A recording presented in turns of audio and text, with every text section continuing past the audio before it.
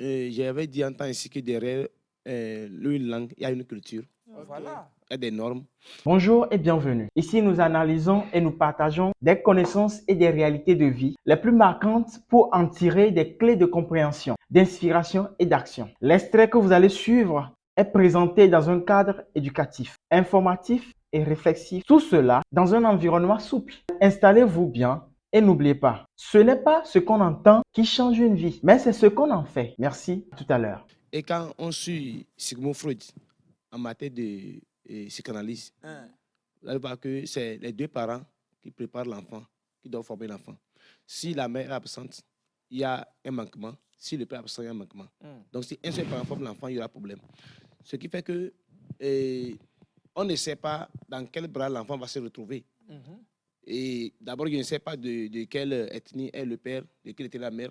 Si les deux parents sont d'ethnies différentes, l'enfant va bénéficier d'une grande culture. Parce qu'il y a plusieurs cultures. Un brassage. Voilà, ce qui va faire que l'enfant serait richement cultivé. Si la mère avait déjà commencé un travail d'enseignement de langue ou bien d'apprentissage de langue avec l'enfant, et lorsque la mère quitte, l'enfant aura un traumatisme. Parce qu'il faut une continuité. Pour qu'elle puisse continuer par donner la culture avec la langue à l'enfant jusqu'à ce que l'enfant atteigne un âge donné. Donc, c'est à un âge donné que l'enfant n'a plus besoin de certaines choses. Mais de 0 à 6 ans déjà, mais à part de 6 ans, quand l'enfant va parler jusqu'à 12 ans déjà, l'enfant doit vraiment apprendre la langue maternelle. Et ce sont les mamans qui sont nos vrais éducateurs. Ce sont les mamans. Donc, quand la mère quitte le foyer, l'enfant n'aura pas une bonne éducation. Donc, et ça va donner d'autres traumatismes. Vraiment. Voilà. Vous voyez que j'avais raison. En termes de préservation de patrimoine linguistique, c'est important, madame, que vous restiez au foyer et que vous continuez donc par gérer tout, comme vous le faites déjà. Et donc discuter, comme on le disait en temps, avec votre mari, prenez de bonnes décisions et nous, on sera là pour vous accompagner aux besoins. Quelles sont ces stratégies que ces communautés peuvent adopter pour pouvoir aider la diaspora à parler, bien perpétuer dans leur langue? D'abord, il faut d'abord une politique linguistique. Parce que tout ne dépend pas seulement de la volonté des peuples à vouloir parler leur langue, mais il faut d'abord une politique linguistique où l'État veut faire en sorte que les langues soient parlées. Et quand on parle des politiques linguistiques, vous avez déjà la politique, il y a ce qu'on appelle le financement. Et commencez par financer les communautés, des gens qui veulent, faire la promotion de leur langue. Quand on comprend financer déjà, commencez par lancer des activités dans ces langues-là, ce qui va faire que les gens vont commencer par s'intéresser. L'autre chose, c'est que dans notre laboratoire, on a un programme d'études des langues. Les gens se posent la question aujourd'hui, comment on peut arriver à étudier toutes les langues au Togo? C'est possible. Il y a une méthode que nous appelons ENIP. ENIP qui veut dire environnement naturel, immédiat et progressivement élargi. Là, nous disons que lorsqu'on va à l'école, on va essayer de recenser toutes les langues dans chaque communauté et chaque communauté va pas apprendre sa langue. C'est-à-dire, peut-être vous avez le français, mais vous avez votre langue maternelle qui s'apprend dans chaque communauté. Si vous êtes, à Lomé, par exemple, le V constitue la langue de base. Quand vous êtes à Tchévier, il y aura le là-bas aussi. Quand vous êtes à Kara, c'est le Kabidom. Quand vous êtes à Dapaon, c'est le Moual. Donc, chaque communauté, là où il y a les élèves, dans chaque région, on va essayer d'adopter une langue du village que les élèves vont étudier en même temps qu'ils vont à l'école. Quand l'élève quitte le village vers la ville, vers la préfecture, on voit la langue qui domine dans la préfecture, on va adopter cette langue-là. Ça fait que lorsque l'élève vient à l'université, il va comprendre déjà 2 ou 3 langues déjà, en dehors de la langue de base que l'élève a déjà. Donc, si l'État qu'on va faire asseoir ça, ça va marcher. Pourquoi nous demandons qu'on adopte cette méthode? Parce que l'enfant, dans sa formation, commence toujours par un environnement immédiat. Donc, l'environnement naturel immédiat. Donc, du fait qu'il y a ce qu'on appelle un isomorphisme entre, c'est-à-dire une adéquation entre les mots et ce que l'enfant apprend. Donc, par exemple, nous disons qu'on n'apprend pas à parler une langue, mais on apprend la langue. C'est-à-dire, vous apprenez la langue au fur et à mesure que vous apprenez les réalités culturelles de chez vous. Ça fait que l'enfant, en même temps, apprend la langue et il associe en même temps les pratiques. Par exemple, c'est à l'école qu'on nous apprend combien de parties, la poule a combien de parties.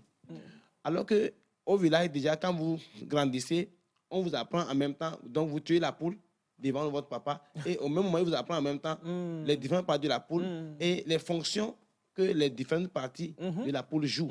Ça, c'est donc l'apprentissage pratique. Hein? Oui. Ça se fait en même temps et vous... Voilà. Donc, vous évoluez avec ça.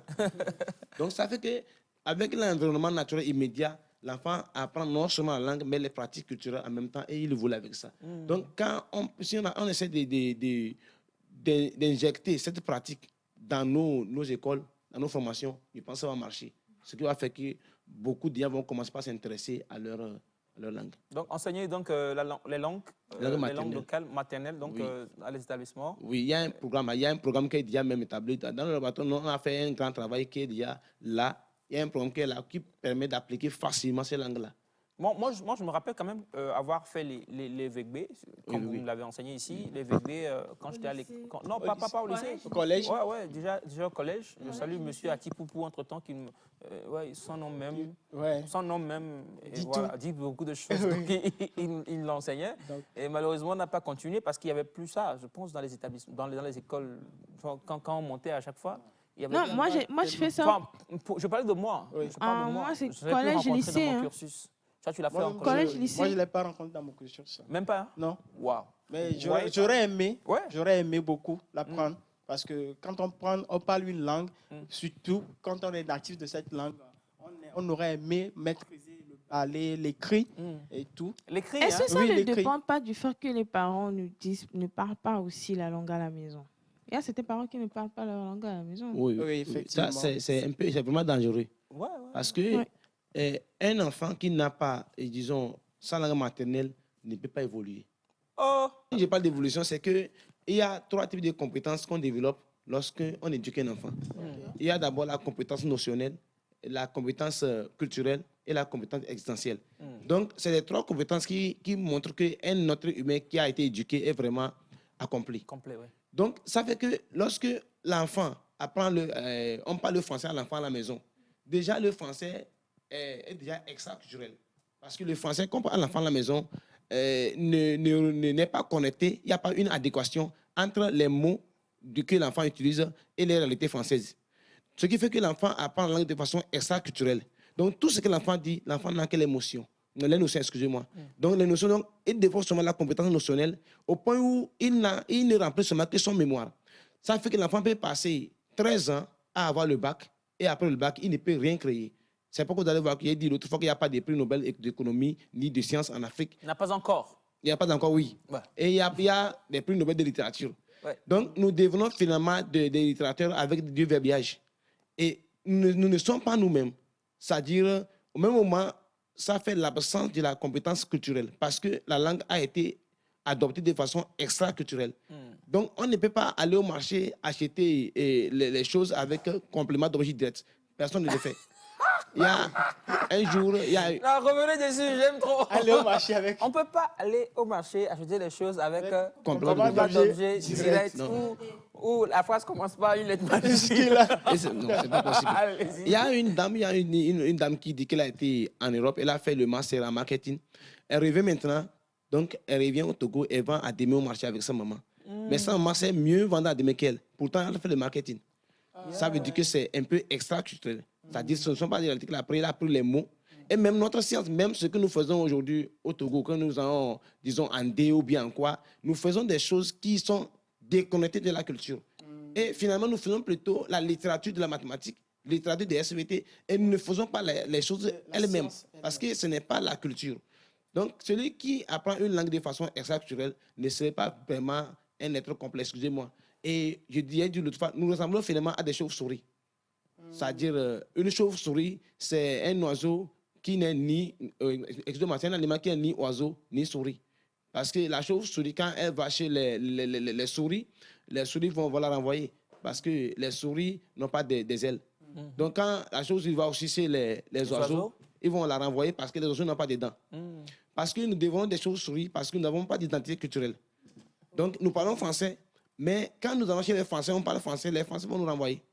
Mais quand nous revenons aujourd'hui en Afrique pour parler notre langue, les gens de chez nous ne nous comprennent pas parce que... on ne maîtrise pas trop. Hein. Trop, parce qu'on nous a parlé français Donc, on n'a pas la culture de base. Donc, on doit parler français. On peut parler VB, mais les vieux vont se moquer de nous. Et finalement, nous ne sommes ni africains ni français. Donc, sur le plan culturel, on a tout perdu. Alors, comment on fait pour trouver le juste milieu?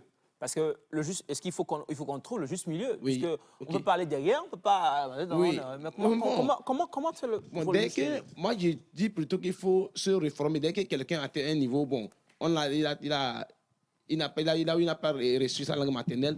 Il faudrait faire quoi? Il faut que la personne aille à l'information bien. Il va carrément au village, faire un travail comme les anthropologues. Il va carrément apprendre beaucoup de choses de temps en temps.